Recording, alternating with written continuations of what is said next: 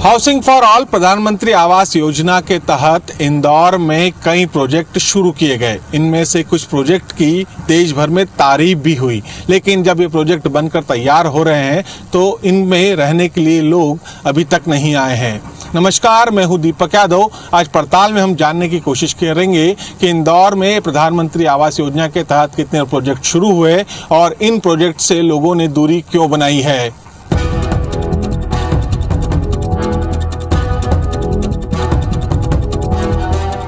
मध्य प्रदेश की आर्थिक राजधानी और देश के सबसे स्वच्छ शहर इंदौर में प्रधानमंत्री आवास योजना के तहत सबसे ज्यादा प्रोजेक्ट पर काम किया जा रहा है। इंदौर नगर पालिका निगम ने 20,000 लोगों को प्रधानमंत्री आवास योजना के तहत खुद का मकान देने का लक्ष्य रखा है, लेकिन सस्ते मकान और फ्लैट होने के बावजूद अब तक नगर पालिका निगम को खरीदार नहीं मिल रहे हैं। इंदौर नगर पालिका निगम ने शहर के अलग अलग इलाके में प्रधानमंत्री आवास योजना के तहत 13 प्रोजेक्ट शुरू किए हैं। इसमें से 2 आवासीय प्रोजेक्ट शिवालिक और नर्मदा परिसर बनकर तैयार हो चुके हैं। निगम ने करीब 20,000 लोगों को घर देने का टारगेट रखा है, लेकिन अब तक महज 50% लोगों ने फ्लैट खरीदा है। इनमें से ज्यादातर वो परिवार हैं जिन्हें विस्थापित किया गया है। अधिकारियों का कहना है कि प्रदेश में इंदौर एकमात्र शहर है जहां प्रधानमंत्री आवास योजना के तहत इतने प्रोजेक्ट का काम शुरू किया गया है। जैसे जैसे फ्लैट तैयार हो रहे हैं, लोगों का रुझान बढ़ रहा है। अभी 13 स्थानों पर प्रधानमंत्री आवास योजना के आवासीय परिसरों का निर्माण हो रहा है। लगभग 18,000 फ्लैट का निर्माण चल रहा है। इसमें अभी 6,000 मकानों की बुकिंग हो चुकी है और जो शेष रह गए हैं उस पर जो है मार्केटिंग एजेंसी काम कर रही है और हमारा प्रयास है कि अधिक से अधिक लोगों को आवंटन किया जा सके।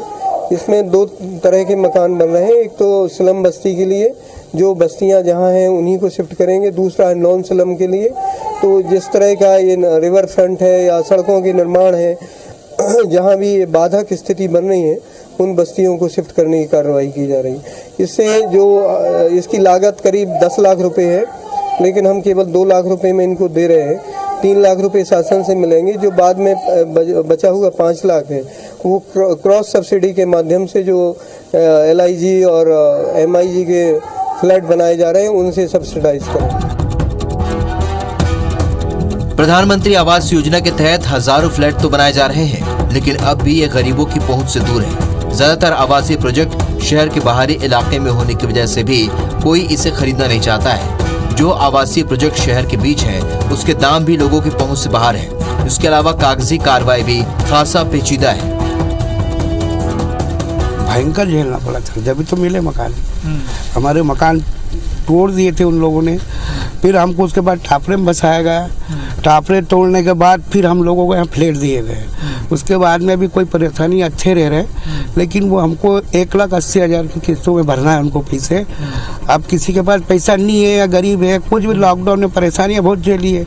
कभी समय पर पैसा नहीं आया और इसके बाद अगर वो किस्तों में भी कर सकते हैं तो कोई मजदूर गरीब भी हो, ये हम सब्जी बेच के खा रहे हैं, मान ली जाए किस्त देने को तैयार है। और क्या बोल, और कोई परेशानी नहीं, पानी बिजली सब आ रहा, खा रहे। या कई लोगों को अभी भी नहीं मिल पाए। ऐसे बहुत से कुछ लोग हैं जिन एक आध घर, मतलब जैसे 2 बच्चे हैं 3 बच्चे हैं, अब एक को मिल गया एक को नहीं मिला, ऐसा भी है यहाँ पे।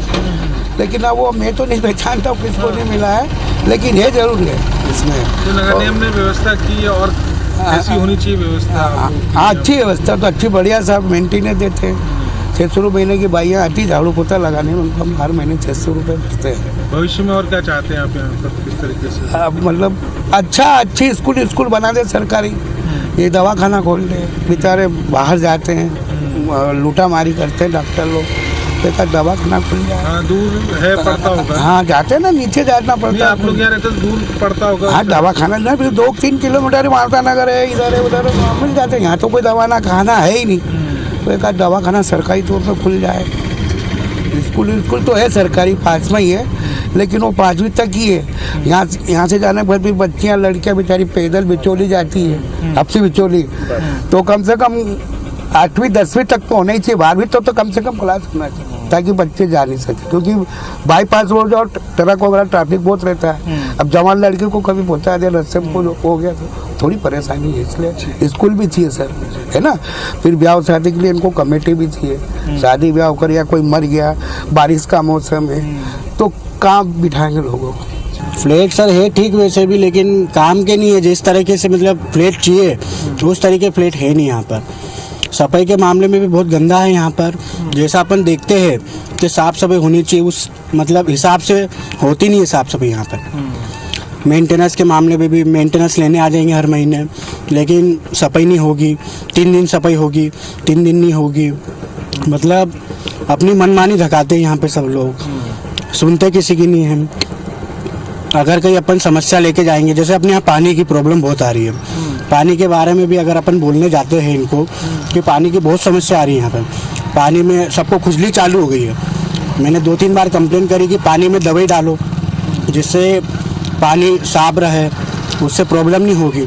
तो ऐसी प्रॉब्लम बहुत सारी है सर, जिससे तकलीफ उठा रहे हैं हम अभी। पूरे फ्लैट भर गए आप लोग, कितनी समस्या है फ्लैट लेने में? सर फ्लैट लेने में तो बहुत समस्या आई थी, बहुत मुश्किलें आई थी इसमें। काफ़ी मतलब 6-7 साल का बोला था कि 6-7 साल बाद आपको फ्लैट मतलब दे दिया जाएंगे। फिर 8-9 साल लगे, उसके बाद हमको फ्लैट दिए। सबसे पहले तो हमको यहाँ झोपड़पट्टी बना के दी थी इन लोगों ने, कहीं सुविधा भी नहीं थी, यहाँ पानी की भी बहुत तकलीफ। तो मैं तो यहाँ पे रहा नहीं था, मैंने तो रूम लिया था किराए से, संचार नगर में मैंने किराया दिया और यहाँ से कोई सुविधा कुछ भी नहीं मिली थी हम लोगों को। मेरा मकान यहाँ था, मकान टूट गया, मेरे को मकान नहीं मिला, मैं परेशान हो रहा। मकान बाकी लोगों को तो मिल गया, आपको नहीं दिया? हमको नहीं दिया साहब। अच्छा, यहाँ पे क्या आपके वो पहले कच्चा मकान था यहाँ? हाँ कच्चा मकान था। अभी कहाँ रह रहे हो? अभी 10 नंबर में किराए से ले रहा। मकान मिले कि नहीं मिले? नहीं मिले, और हमको उधर मिला, यहाँ का बोला तो यहाँ नहीं मिला। क्या बोला गया था उस समय? कि बोले तुमको मिल तो जाएगा, लेकिन बोले वो तुम्हारे पोते की शादी करो उसके बाद मिलेगा। कितने पैसे में देने को मिले? पैसे वगैरह भी बताए होंगे? हाँ पैसे बताए थे 20,000, और लेकिन वो शादी कहाँ से करे? पहले बोले शादी करो उसके बाद तुमको मिल जाएगा। तो मैंने कहा शादी करे कि मकान में, इसलिए कुछ नहीं कर पाया और कुछ करा भी इन लोगों ने। और जहाँ रह रहे हो वहाँ पर कैसा मकान है? टूटा फूटा है सर, वहाँ मकान नहीं है? हाँ है पक्का, लेकिन आप देखोगे तो आप भी कहोगे कि यार गंदी खाना है, इतनी गंदी गाड़ी है उधर। कब आप लोगों को कब स्थापित किया? कहाँ पे हमको आपका मकान टूटा था? वो बड़ा गणपति, वह सबको मुआवजा भी मिला, पैसे भी दिए और यहाँ जमीन भी, मकान भी दिया, मेरे को नहीं दिया। प्रधानमंत्री नरेंद्र मोदी ने देश के हर नागरिक को खुद का घर दिलाने के मकसद से योजना शुरू की थी। योजना को जमीन पर उतारने के लिए काम भी किया जा रहा है, लेकिन अब भी लोगों को अपने सपनों का आशियाना नहीं मिल पा रहा है।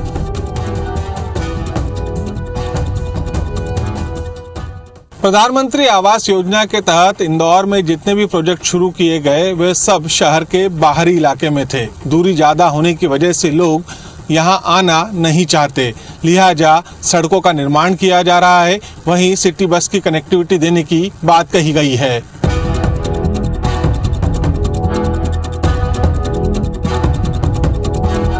हाउसिंग फॉर ऑल के सपने के साथ प्रधानमंत्री आवास योजना की नींव रखी गई थी। इस योजना के तहत देश के सभी शहरों में किफायती फ्लैट और मकानों का निर्माण किया जा रहा है। पीएम आवास योजना प्रधानमंत्री नरेंद्र मोदी की सबसे महत्वाकांक्षी योजना है। इस योजना को लाइट हाउस प्रोजेक्ट का नाम दिया गया है। इसके लिए देश के 6 शहरों का चयन किया गया है। इसमें इंदौर में लाइट हाउस प्रोजेक्ट के तहत इमारत तैयार की जा रही है। इस हाउस प्रोजेक्ट के तहत कुल 1024 फ्लैट तैयार किए जा रहे हैं, जिसके तहत फ्लैट में लगने वाले कॉलम, स्लैब और बीम पहले से ही फैक्ट्रियों में तैयार किए जाते हैं, जिसे फैब्रिकेटेड सैंडविच पैनल सिस्टम कहा जाता है। लेकिन प्रधानमंत्री नरेंद्र मोदी का महत्वाकांक्षी प्रोजेक्ट पिछड़ता जा रहा है। शहर में प्रोजेक्ट को मार्च तक तैयार हो जाना चाहिए था, लेकिन कोरोना काल और ठेकेदार की लापरवाही की वजह से प्रोजेक्ट पिछड़ता जा रहा है। प्रधानमंत्री आवास योजना के माध्यम से समाज का वो वर्ग जो स्लम्स में है, झुग्गी झोपड़ियों में है या गरीब है, उन सब के लिए लगभग 12 स्थानों पर अलग अलग हाई राइज बिल्डिंग्स बनाई गई हैं नगर निगम के द्वारा। उसमें से कुछ लाइट हाउस प्रोजेक्ट्स भी हैं जिनको देखकर कई प्रकार के इसकी हाई राइज बने और 1 BHK, 2 BHK और 3 BHK, मैक्सिमम 1 BHK हम लोगों ने उन लोगों को दिया जिनको हमने डेवलपमेंट प्रोजेक्ट्स में रिहेबिलेट किया है, शिफ्ट किया है। तो स्टेट गवर्नमेंट की सब्सिडी है, सेंट्रल गवर्नमेंट की सब्सिडी है और बचे हुए पैसे के लिए हमने लोन कराया है। और 2 BHK, 3 BHK first come first serve basis पे भी है। तो चाहे वो पलाश परिसर हो या ऐसे कई सारे स्थान पर मार्केटिंग एजेंसीज के थ्रू भी हम इसका प्रचार प्रसार कर रहे हैं। हाँ, कई लोगों का लेकिन थोड़ा रुझान कम रहता है ऐसे मकानों के लिए, उसको लेकर क्या आश्वासन देंगे कि? देखिए, अब ऐसा है कि हाई राइज बिल्डिंग्स में रहने का मन बनाने पर लोगों को मज़ा आएगा कि वहाँ जाके वो रहेंगे, देखें एक बार उसको, पूरे प्रोजेक्ट को देखें, उसका जो प्रचार प्रसार हमारी मार्केटिंग एजेंसीज कर रही हैं उनसे मिलें, हमारे अधिकारियों से मिलें। तो जो first come first serve basis पे अवेलेबल हैं उनको तो आदमी आज जाके खरीद सकता है। केवल लाइट हाउस प्रोजेक्ट ही नहीं बल्कि दूसरे आवासीय प्रोजेक्ट भी अब तक अधूरे पड़े हुए हैं, जिसकी वजह से विस्थापितों को फ्लैट में शिफ्ट नहीं किया जा सका। चूंकि आवासीय प्रोजेक्ट की शहर से ज्यादा दूरी और दूसरी मूलभूत सुविधा नहीं होने की वजह से अब निगम अधिकारी सिटी बस चलाने से लेकर सड़क निर्माण के कार्य में जुटे हैं। देखिए, माननीय प्रधानमंत्री जी ने स्पष्ट निर्देश भी हैं, उनकी मंशा भी है कि 2024 तक सबको पक्की छत मिलना चाहिए। और मुझे इस बात की खुशी है कि जब हम गाँव में जाते हैं, गाँव में ग्रामीण इतने खुश हैं कि उनको पक्का मकान मिल रहा है, शहर में लोगों को पक्की छत मिल रही है और लगातार अलग अलग एजेंसियां हमारी काम कर रही है। लगभग 20,000 घर इंदौर के संभावना है कि जो देने वाले, उसमें से मेरे ख्याल से 16-17 हज़ार की तो अलॉटमेंट शुरू हुआ है। और इसके अलावा भी हमारा लाइट हाउस प्रोजेक्ट जो है, जो देश के चुनिंदा 5 शहरों में अलग अलग प्रोजेक्ट जो माननीय प्रधानमंत्री जी ने स्वयं उसका शुभारंभ किया, वो भी एक इंदौर बनना है। तो एक नई तकनीक से बनना, और मुझे लगता है 2024 तक जो प्रधानमंत्री जी की मंशा है कि सबको पक्की छत मिले, उसमें हमारा इंदौर भी 2024 तक सबको पक्की छत मिल जाएगी। शुरुआत दौर में एक समस्या थी कि लोग तीसरी मंजिल पे कैसे जाएं, तो फिर फ्लैट का प्रोविजन किया गया, तो वहाँ तो अब सुविधा हो गई और जो इंफ्रास्ट्रक्चर है वो भी अच्छा है, गार्डन बना रहे हैं और कम्युनिटी हॉल वगैरह सब बना रहे हैं। एक जो चीज़ जो चूँकि शहर में शासकीय भूमि नहीं है तो शहर के थोड़ा दूर बन रहे हैं, तो हमने ये कहा है, अभी हमारी मीटिंग भी हुई थी कि इसको लोकल ट्रांसपोर्टेशन में कनेक्टेड मिल जाए। अगर एंड टू एंड कनेक्टिविटी मिल जाती है, जैसे अगर दूर बन रहा है वहाँ उनको बस की सुविधा मिल जाती और शहर में वो काम करने, मेन ये समस्या ये है कि उनका काम जो करने का स्थान है वो कहीं शहर के आसपास है और वो शहर से थोड़ा आउटर में, तो हम कनेक्टिविटी दे रहे हैं और मुझे लगता है जब कनेक्टिविटी पूरी हो जाएगी तो ये पूरी सुविधा मिलेगी। लाइट हाउस प्रोजेक्ट की धीमी रफ्तार और पिछड़ते दूसरे प्रोजेक्ट की वजह से प्रधानमंत्री आवास योजना अब लगातार पिछड़ता जा रहा है।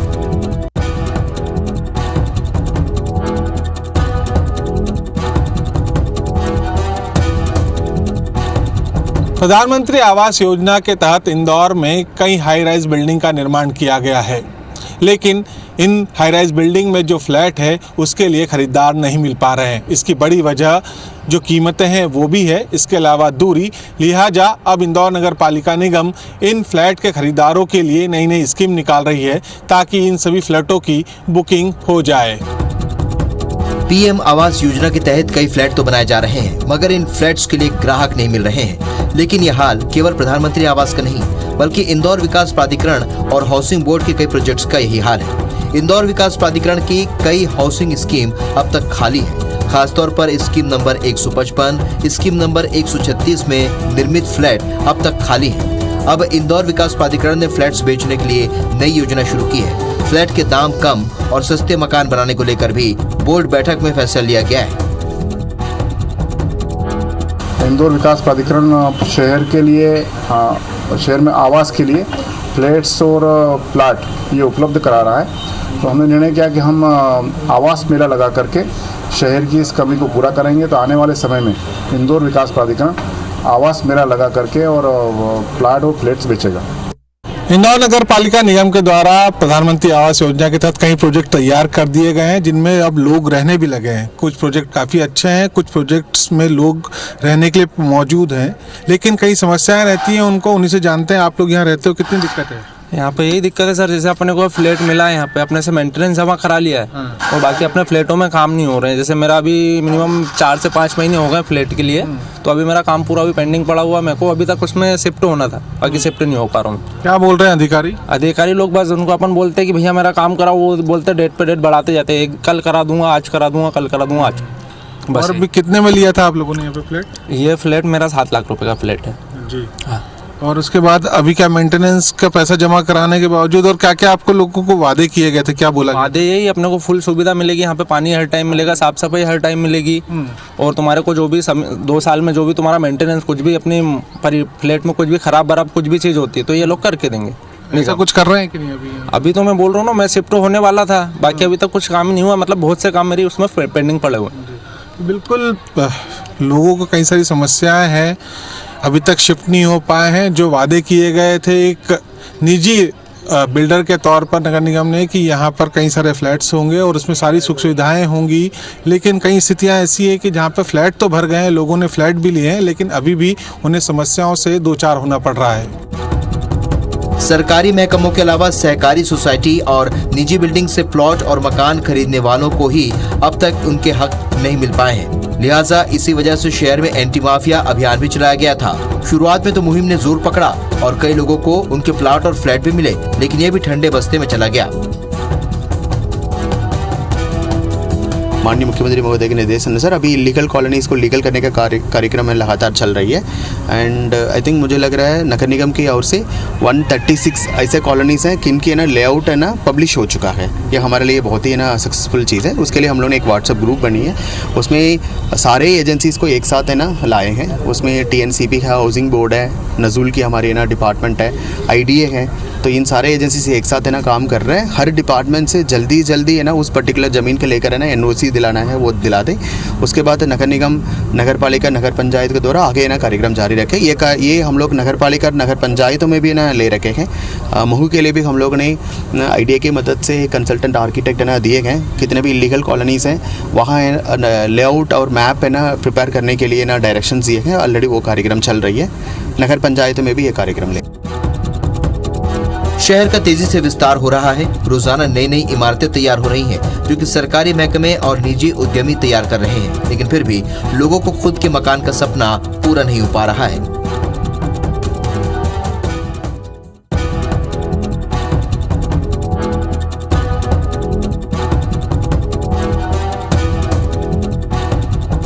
हर घर हर वर्ग के लोगों को खुद का घर देने के मकसद से शुरू हुई प्रधानमंत्री आवास योजना को लेकर आरोप प्रत्यारोप वाली सियासत भी चरम पर है। कांग्रेस ने सरकार पर गंभीर आरोप लगाए हैं।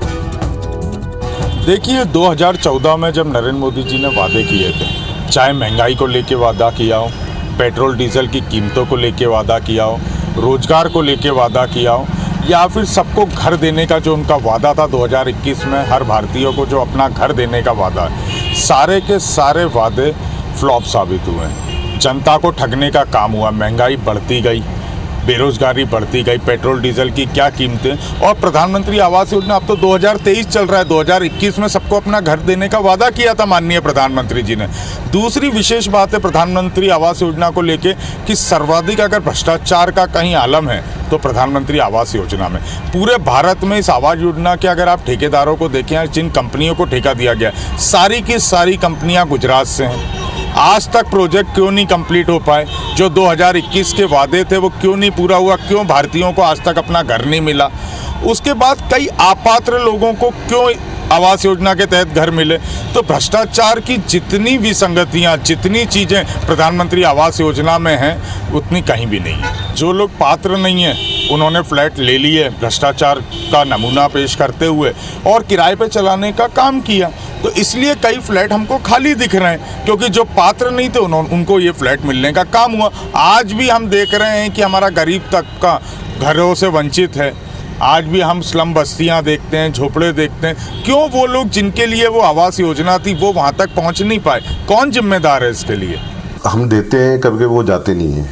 और ऐसे भी उदाहरण आया कि वो किसी को किराए पे दे देते हैं या उनकी बंद रहते हैं, वो कहीं इधर रहते हैं। हम प्रयास करेंगे, कोशिश सबकी जो भी नियम अनुसार जो शिफ्टिंग है, जिनके सड़क में आ रहे हैं, उनको माननीय मुख्यमंत्री जी की स्पष्ट निर्देश है, किसी को बेघर नहीं करना है, उनको घर मिलेगा। योजना को लेकर आरोप प्रत्यारोप जारी है, लेकिन कहीं न कहीं असल हितग्राहियों को फायदा नहीं मिल पा रहा है। इस वजह से अब आपसी खींचतान भी शुरू हो चुकी है।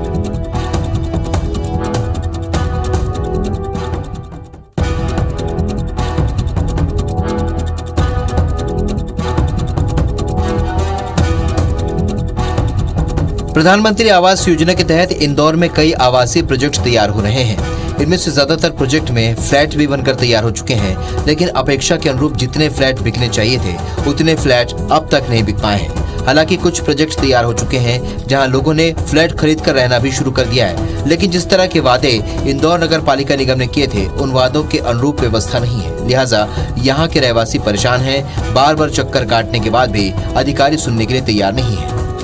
दीपक यादव, IBC 24 इंदौर।